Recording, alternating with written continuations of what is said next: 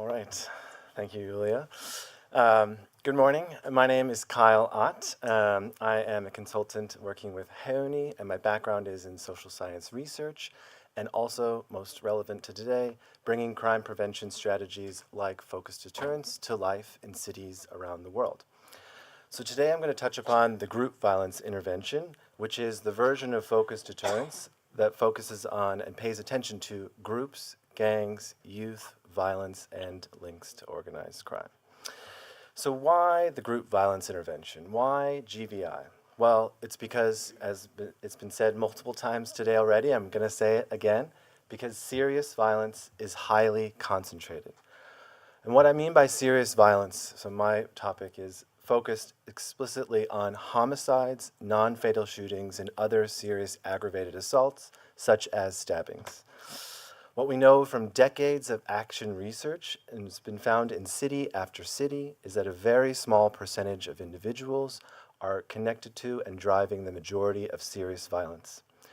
These people are often operating in groups, crews, cliques, gangs, robbery crews, you name it, and also possibly or explicitly linked to organized crime networks. Most of the time, we know who these people are. So that has been said today, and I'm going to repeat that. That is a huge advantage. Conflicts are driven by beefs, vendettas, street code, cycles of retaliation, interpersonal disputes. Violence causes more violence. The group dynamics drive that violence. And this is especially heightened when we're talking about youth as we are today. So this is where focused deterrence comes in. We want to change the behavior of those who are caught up in those networks. The goal isn't to get them to drop out. That would be great, but it's maybe not as realistic as relentlessly focusing on putting down the guns.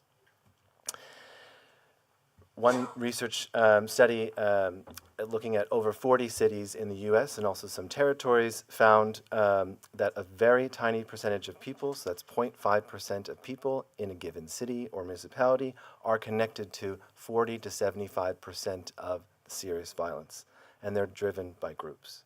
In Sweden, for shootings, that looks like around 60% are connected to groups. In Boston, the original pilot of focused deterrence focused on youth and group violence found that 1% of youth aged between 15 and 24 were connected to 2/3 of homicides in that city over the course of multiple years, and 70% of shootings, and they were operating in groups. I picked a random tiny city in upstate New York. It's where my sister lives. It's a very lovely place. But this also is found in very small localities, such as Newburgh, New York. Very tiny percentage of the population, half of the violence and its groups. So what does GVI look like? So to begin, a locality must do its research. You must find and do research like I presented on the slides, plus a lot more in-depth analysis. You must understand that violence and what groups are operating, if any, in your given jurisdiction. And this is important, identify a way to identify these individuals in real time. Who's driving the violence in real time? That's crucial. 2, you need to talk to these individuals. Build a direct line of communication that is respectful and includes clear anti-violence messaging that outlines the strategy of the GVI partnership. You tell them what you're going to do. You don't keep it a secret. 3, success in GVI should be measured by keeping people safe, alive, and free out of prison. 4, you must offer genuine, meaningful support that is unconditional. It's not carrot and stick. There are many versions of focused deterrence that do the carrot and stick version. That's not the version I'm talking about today. 5, enforcement as a last resort. This should be precise and if we're talking about group dynamics, it should put pressure on the group dynamics themselves, not just approaching the individual. So, 3 important things to remember that I've seen in my work that are really essential in the places that do this work the best. The first and foremost is really understanding you cannot arrest your way out of this problem, right? We heard from that earlier. I'm looking also at you, Sigurd, right now. 2, policing is done best when in partnership with the community. The local community needs to have a seat at the table and be part of this partnership. And 3, people who commit harm, especially youth, deserve to be treated as human beings worthy of dignity, love, respect, and redemption. The places that do this best, the partnership really understands and tries to embody that in all that they do. So what works when trying to reduce violence? So I want to note, as it's been said again, but I'm going to reiterate, it's really important to remember framing, when we're talking about this kind of work, that overall, the vast majority of youth and individuals are doing pretty well. Of course, there are challenges in life. And that systems that are in place are doing okay, right? But when we're talking about those who are most at risk and most at danger, this is where tweaks need to be made, not complete overhauls. Looking again at you, Sigrid. So, what makes GVI work is this hyper-focus on the violence itself, right? So to implement GVI, you must build a partnership, a unified approach. You must deeply understand as a partnership and map out what does our violence look like? Who are we talking about?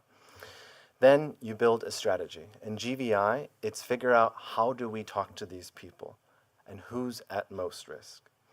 And this is what has been done in Malmö and 5 other cities in Sweden. They formed an extremely strong coalition of the willing, which started as a very small working group back in 2018.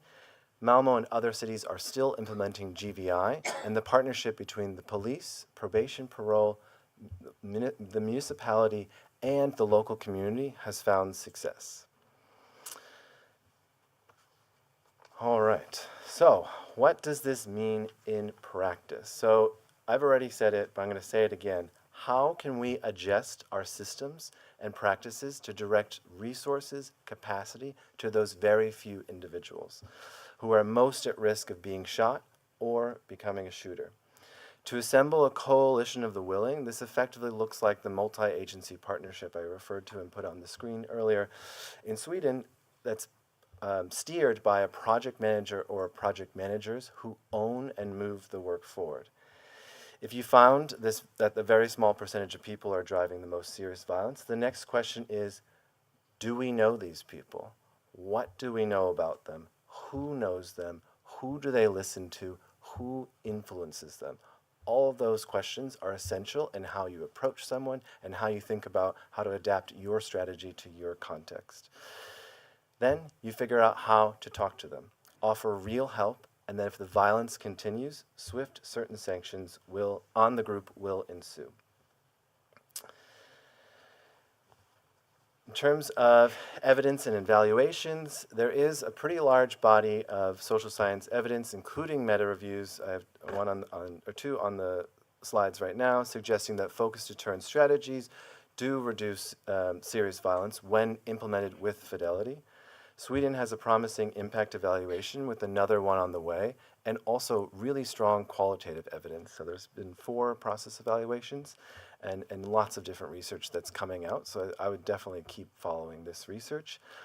In the US, we're seeing growing qualitative evidence by interviewing community members and group members themselves that this approach is actually preferred by them because of its balance. Oh, missed one. So as I referred to earlier, GVI is a very American strategy, but the best adaptation of it outside of the US is in Sweden. It translates. There are incredible community police officers, probation parole officers, social workers, local community leaders who are delivering this message every week in Sweden. Relevant to our discussions here today, Malmö started, and other cities about 2 years ago, doing direct communication with individuals under 18. There's, of course, a lot of additional complicated and really important, sensitive administrative things to consider when talking to especially very young individuals in connection with their parent or legal guardian. So it took a lot of work to think through this, and I think this is an aspect where more could be done in this field. Of course, GVI, like any strategy, is not perfect, and it's important to note that GVI is a lot of work. It takes a big commitment and a lot of effort from multiple people, including local community members. So it can be difficult to sustain. It's not easy. You can't just say you're doing it and not follow through. GVI cannot address everything, so this is also something when we're talking about recruitment or other topics, right? This is where, there's less of a evidence base and more of a to be figured out, but I think there's definitely places for thinking about, as Karin alluded earlier, how can we think about this strategy and layer on, a challenge such as youth recruitment into youth gangs, or not youth gangs, into more serious organized crime. But it's important to remember that what makes GVI work is that the goal is not to end groups or end recruitment. The goal is to stop the shootings. So by reducing serious violence and also maybe getting a more calm period as a result, that is where there's possibly an open window to focus on recruitment or other important issues that need to be addressed in that kind of window of time.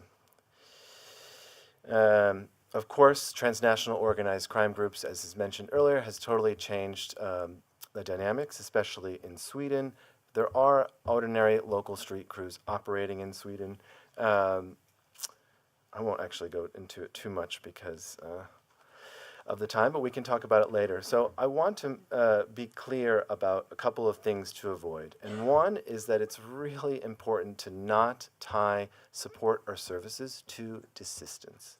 That is like the number one finding I have seen in this work. As a partnership or agency, do not promise what you cannot keep or cannot follow through on, or it takes forever to follow through on, which in my page is effectively the same as not being able to follow through, especially when we're talking about younger individuals. When a high-profile incident happens, it's not time to reverse course, change course. It's to talk about, if you're doing GVI, we have a strategy, we have been doing this, we know what to do, the partnership is in place. And that's where I think a lot of future thinking kind of is and should be embedded in this work, and this is a big strength in Sweden, I would say. A couple of opportunities for the future, already alluded to it, more youth direct communications should be done in places like Sweden. In the US, this is much easier to do, but we're not going to talk about the US and why it's easier to talk to younger individuals because I'm out of time. Yeah, I think that learning about the different mechanisms behind these direct communications is an important field of research. So it's not quite known or understood, like the black box of this focused deterrence. Why does this kind of communication and possible sanctions work? So that's a big research field that I am looking forward to see more research in the future. Yeah. Oh, one more point, sorry. And this is brought up actually by Karin in the discussion you had with Anders.